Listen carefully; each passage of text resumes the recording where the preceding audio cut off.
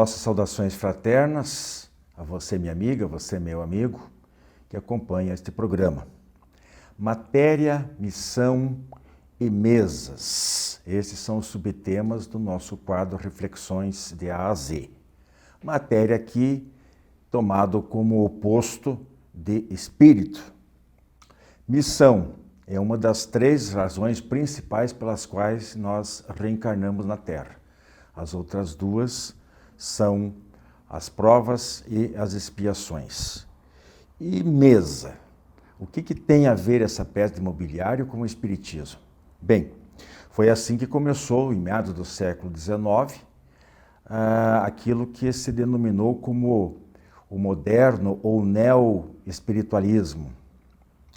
Nós temos ainda hoje uma pergunta sobre o perispírito, sobre o qual nós falamos aqui com uma certa frequência, e que é sobre o seguinte: se ele é uma espécie de segundo corpo da alma ou do espírito, o que acontece quando morremos, quando há a desencarnação? Esse corpo morre junto com o corpo físico? É o que a gente vai saber no Espiritismo Responde. Agora para você nesta edição 501 do Diálogo Espírita.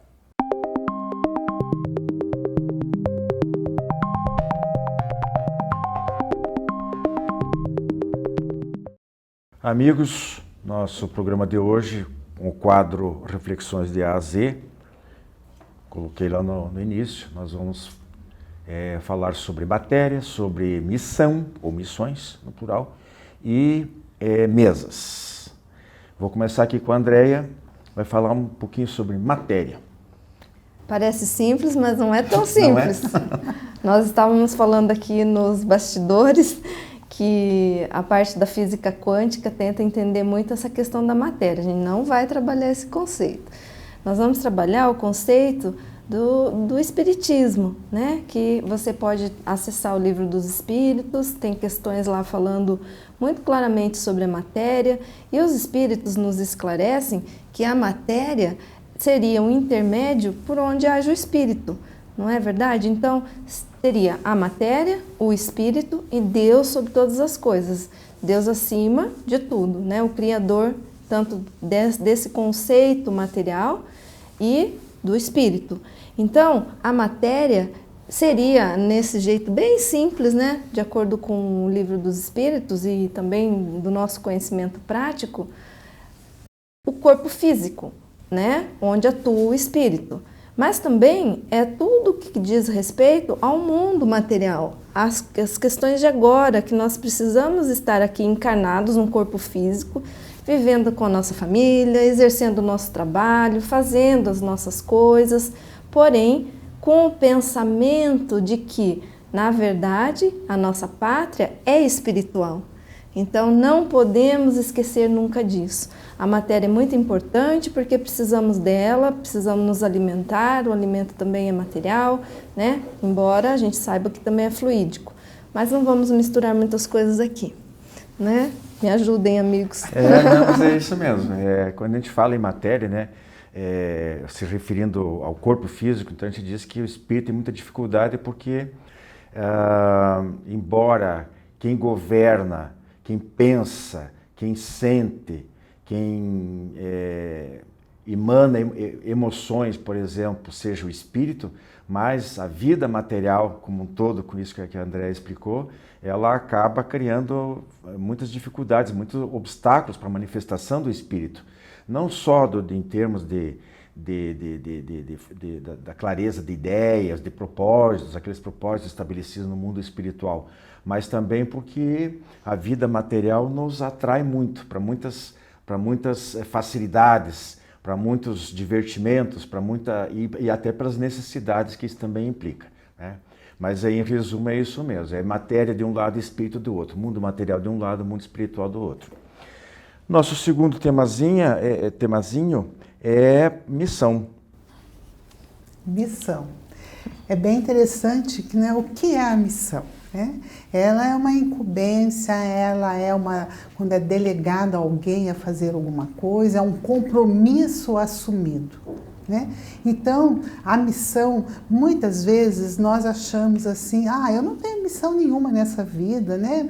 Imagina, Todos nós, espíritos, antes de nascermos, nós fazemos uma programação, um planejamento junto com uma equipe espiritual que vai nos auxiliar. E todos nós trazemos, sim, um objetivo, que o objetivo do espírito é a evolução moral. E cada um de nós iremos desempenhar, quando aqui na Terra encarnados, pequenas funções, como diz Paulo de Tarso. Se nós fazemos bem as pequenas tarefas, nós teremos grandes depois para realizar. Então, a missão pode ser a dona de casa, que está ali na educação dos filhos, né? Um professor, um médico, um profissional. Todos nós temos a missão de fazermos o melhor. E a doutrina espírita? Qual é a missão da doutrina espírita? É de esclarecer, é de corrigir, de mostrar as verdades, né? Esclarecer as dúvidas para que possa haver uma consciência maior, possa ter mais luz e consolar e dar esperança a todos nós, né? Então, Filomeno de Miranda, o espírito Filomeno de Miranda, no livro psicografado por Divaldo Pereira Franco, né, um médium, que chama O Amanhecer da Nova Era, ele vai falar que todos nós somos importantes na construção do bem, na evolução. Assim como o agricultor, ele maneja ali a terra que dará frutos. Assim são os cientistas, são os estudiosos, enfim, todos nós temos missão. Missão é compromisso, é crescimento, é evolução. Como eu citei lá no início, normalmente a gente diz que as causas, as razões pelas quais nós reencarnamos aqui na Terra são basicamente 3. São as provas, vamos começar pelas expiações, né, que são o resgate do passado. Então é tentar passar uma borracha naquilo que a gente errou e a gente está mais voltado para trás do que para frente. As provações já são testes, né? O próprio nome está dizendo que é prova, visando mais o futuro. Então já é um passinho além. E a missão é aquilo que... Porque daí entra aquele problema, né, Mariana? Muita gente acha que, você bem colocou, que só são os grandes missionários. Verdade. Cristo, Buda, sei lá, Dalai Lama e grandes, ilustres cientistas e religiosos, humanistas, mas não é assim, existem missões de variados graus. Então, cada um realmente de nós tem um pouquinho. E o detalhe é que, geralmente, a vida de todo mundo, ela está... essas coisas se misturam, né? Com poucas exceções, talvez, desses grandes missionários, todos nós temos provas, temos expiações e uma missãozinha ou outra aqui ou ali, né? Com certeza. Normalmente, mais expiação é a carga maior, um pouco de provação e talvez uma missãozinha aí. Bom, nosso terceiro tema é sobremesas. Não é sobremesa de comer, é sobre o móvel mesas, né? Eu depois vou passar a palavra para elas, eu fiz um ligeiro apanhado aqui. Então, o fenômeno das mesas girantes ela começou nos Estados Unidos, na América do Norte, foi levado para a Europa, se espalhou por toda a Europa e teve o seu auge na França, nos anos de 1850 e 1851, e era motivo de divertimento. E em algumas dessas sessões respondiam-se até perguntas mentais, as mesas respondiam. Até Kardec foi alertado sobre essa possibilidade. Só que esse fenômeno é muito mais antigo. Desde o tempo no taoísmo de Lao Tse, já havia registros do uso do recurso, né, das mesas girantes para a comunicação com os chamados mortos. No Tibete também os lamas usavam inclusive uma mesa, às vezes com cinza, eu não sei descrever também como é que funcionava, mas era com cinza ou areia e um pêndulo sob o teto. Entre os gregos também há registro, Plutarco faz referência sobre eles, e entre os romanos também com Sêneca, com Cícero e com Plínio. Bem, O escritor Victor Hugo, autor de Os Miseráveis, ele esteve exilado na ilha de Jersey e lá ele foi convidado pela romancista, poetisa e dramaturga Delphine de Girardin para acompanhar esse tipo de sessão. Ele no começo ele não aceitava, não acreditava e tal, mas ele acabou convencido a partir do momento em que uma certa sessão do dia 11 de setembro de 1853, a mesa, aspas, soletrou Leopoldine, que era o nome da filha dele, que havia morrido num acidente de barco no Rio Sena, quase 10 anos antes. Isso foi em 7 de dezembro de 1843. E a partir daí ele acabou se convencendo sobre essa fenomenologia, essa possibilidade inclusive. Nessas sessões, algumas delas, o André Chenier, um poeta que foi guilhotinado na Revolução Francesa, terminou um poema que ele tinha começado em vida e terminou depois se manifestando lá. E também se manifestavam nessas sessões lá com Victor Hugo, Shakespeare, Ésquilo, entre outros. E para fechar aqui, uma dessas atas, para a gente, eu não vi isso aí evidentemente, mas há os registros, né, de que Augusto Vacquerie, num livro chamado Les Miettes de l'Histoire, não sei também a tradução, só história aí que eu sei, né? Mas há registro de pelo menos de uma sessão da ata de uma dessas sessões. Você quer falar um pouquinho? Quero sim. O fenômeno das mesas girantes foi um fenômeno super importante para romper, né, um momento histórico, porque a partir dali é que Kardec começou, né, também antes, como o senhor diz, mas a partir dali Kardec começou a fazer um estudo criterioso, sistematizado, né, para entender o que estava por trás daquele fenômeno, né. Não era só o fenômeno das mesas, porque já havia antes, em outros pontos nos Estados Unidos, como o senhor comentou também, da família Fox, que havia muito barulho naquela casa, né? Pancadas, movimentação, muito barulho, e na verdade era um espírito que estava ali tentando se comunicar, de um caixeiro viajante que havia sido morto, né? Assassinado pela família anterior que morava na casa, e o corpo havia sido enterrado no sótão, na adega da casa, e ele tentava se comunicar. A partir dali rompeu um movimento, porque começou a mudar um paradigma, não é?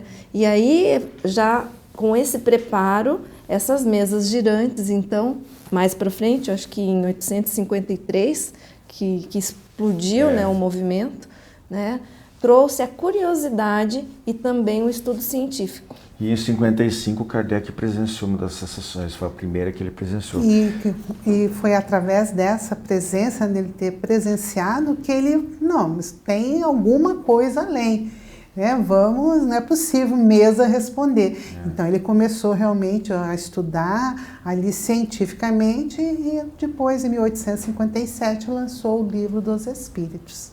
Né? Exatamente, então foi realmente, como a Andréa falou, foi um marco, né? Onde começou por brincadeira, como eu falei, né, faziam por divertimento nos salões parisienses, mas despertou interesse de gente séria, porque começava realmente a haver revelações espontâneas, e era um fenômeno, porque a mesa era uma mesinha, segundo eu já vi alguma fotografia, mesinha pequenininha, tipo essas mesinhas de centro, mas de três pernas só. Então elas levantavam e era convencionado um número de batidas para cada letra do alfabeto. Então, por exemplo, uma pancada era a letra A, duas era a letra B. Era um processo custoso, tinha que ir anotando e contando e registrando para formar alguma frase e tal. Depois se passou às cestinhas, né, 2 tipos de cestinha, e depois a psicografia que nós conhecemos tão bem hoje. Okay? Então fica aí a critério de vocês pesquisar um pouquinho mais sobre as mesas girantes. Eu ia ter que falar uma outra coisa, mas não vai dar tempo, fica para uma próxima oportunidade também sobre esse assunto. Abraço.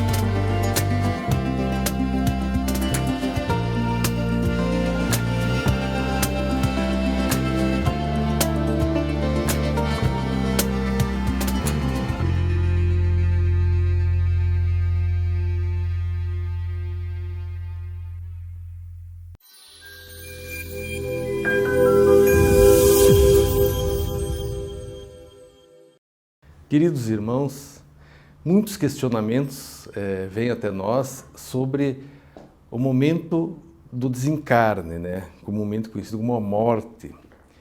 Então eu preparei um tema a respeito disso para tentar falar um pouco mais sobre esse assunto aí que a gente tanto se questiona. Fui beber na fonte Allan Kardec, no Evangelho segundo o Espiritismo, capítulo 3. O título aqui é Da Volta do Espírito, extinta a vida corpórea à vida espiritual. Então, trocando em miúdos, reduzindo, resumindo esse tema, ocorre a extinção do corpo físico. Nosso tempo determinado, nosso horário de retorno à pátria espiritual. Aí o corpo perece e ocorre o desligamento do nosso ser espiritual do corpo físico. Ele está envolto por um perispírito formado por substâncias muito sutis que são idênticas ao nosso corpo físico atual. É necessário esse perispírito para a ligação com o corpo físico. No momento do desencarne, isso começa a se liberar.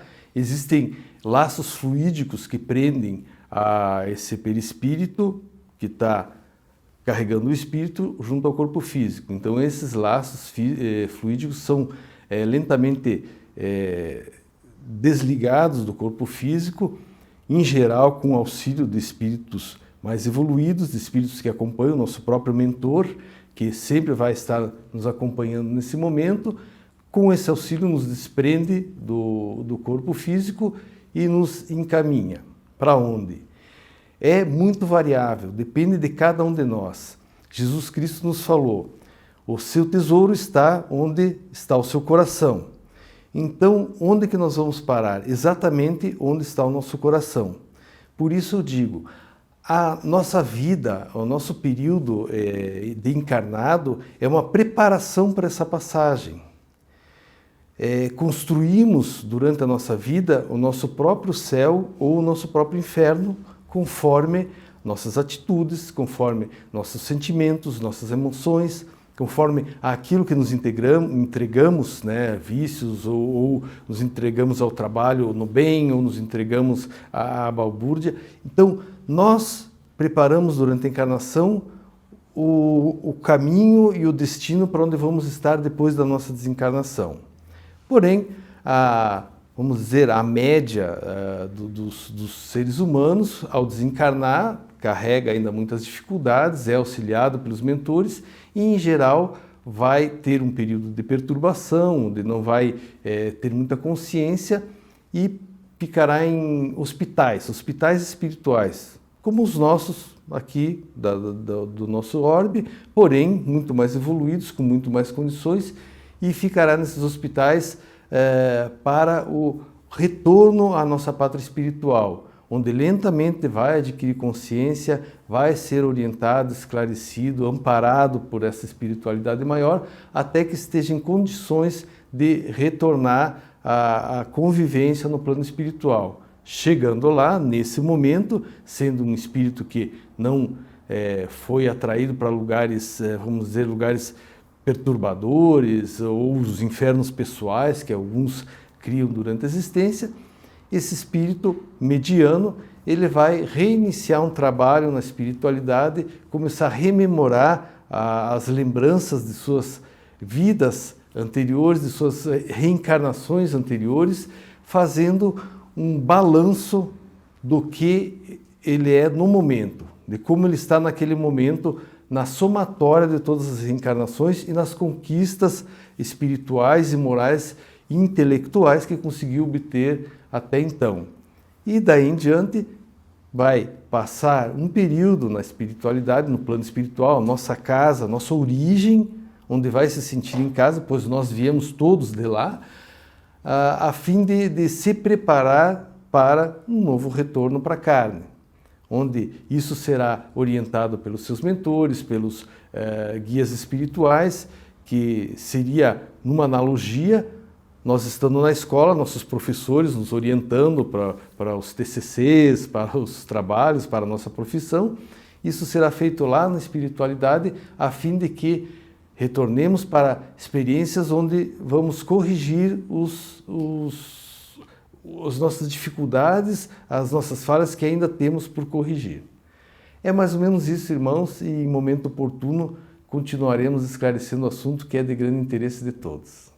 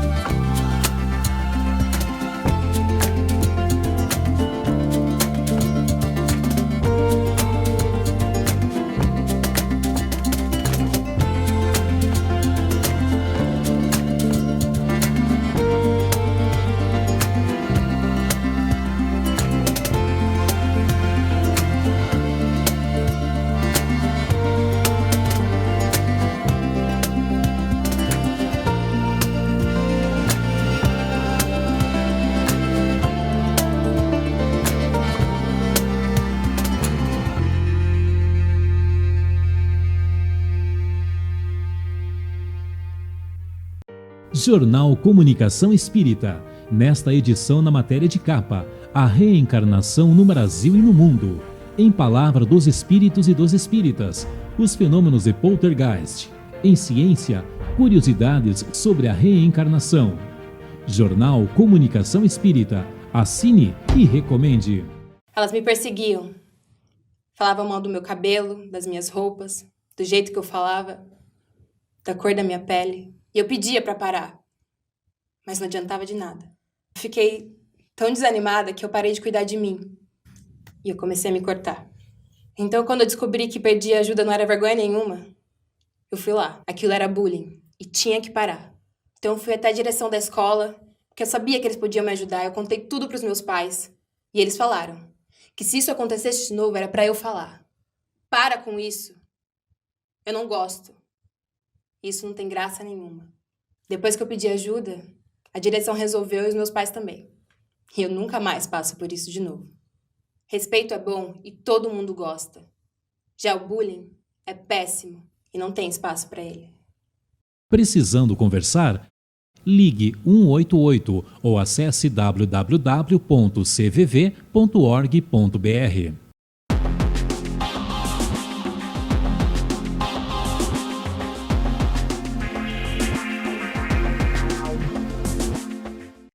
Olá, amigos. No quadro Espiritismo Responde de hoje, nos enviaram a seguinte pergunta. Aquilo que vocês chamam de perispírito morre junto com o corpo? Nós temos que lembrar, em primeiro lugar, o que é perispírito. A doutrina espírita nos ensina, e muitas das filosofias e religiões da antiguidade já falavam disso, que no ser humano nós temos pelo menos 3 componentes básicos. O espírito, a alma, que é imortal, o corpo físico, material, de uma densidade maior, e um laço, um corpo perispiritual, feito de matéria, mas de uma densidade vibratória mais tênue, mais rarefeita, por assim dizer, que une o espírito ao corpo, que permite que esse espírito haja sobre o corpo físico. Esse perispírito, o corpo do espírito, é aquilo que nós vemos nas aparições de espíritos, é aquilo que nós enxergamos nas descrições, ou que lemos as descrições de espíritos que se comunicaram após a morte, é aquilo que São Paulo descreve como corpo espiritual. E nunca morre. Por quê? Para sabermos que ele continua e como ele continua, nós temos que entender um pouquinho da sua natureza. Perispírito, ou corpo do espírito, é constituído da mesma matéria que forma o corpo físico, mas organizada numa dimensão vibratória diferente. Ele é formado daquilo que a doutrina espírita chama de fluido cósmico ou fluido universal, que seria a matéria básica que forma, agregando-se todos os corpos físicos ou matéria bariônica, energia escura, matéria escura e todas as constituições físicas das diversas dimensões do plano espiritual. A matéria, portanto, em diferentes dimensões vibratórias, constitui também aquilo que nós chamamos plano espiritual, que obedece a leis próprias. E o perispírito, nosso veículo de manifestação, de comunicação, de socialização de vida nesses planos, também é formado dessa própria matéria básica ou fluido universal. Mas de que forma?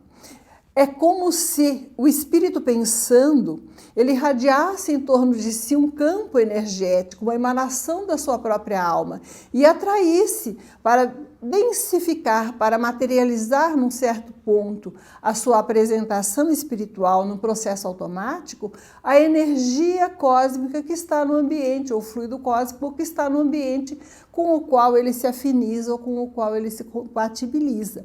Por isso é que nunca morre. Ela é decorrente, o corpo espiritual é decorrente de uma emanação do pensamento, da energia da própria alma sobre o ambiente que a circunda, sobre o ambiente que está ao seu redor, atraindo a si os elementos desse ambiente e apresentando aquilo que o espírito acredita ser ou aquilo que ele intencionalmente modela em si mesmo. Esse perispírito é extremamente plástico, ele revela as forças mentais da alma que o possui e continua conosco, segundo os espíritos, para sempre. Porque em qualquer época o espírito pensando pode irradiar de si a emanação energética da sua alma e formar um corpo que se torne visível no ambiente em que se quer manifestar. Ele é modelador, diretor da formação do corpo físico e permanece após o desencarne com a aparência que o espírito acredita ter ou que modela para si mesmo, dependendo da sua evolução moral, do seu domínio mental das forças que o circundam. É o nosso veículo de manifestação e é o que nos torna capazes de nos materializarmos quando desencarnados e é o que torna perceptíveis para nós aqueles espíritos que já partiram e que conseguimos visualizar. Muita paz.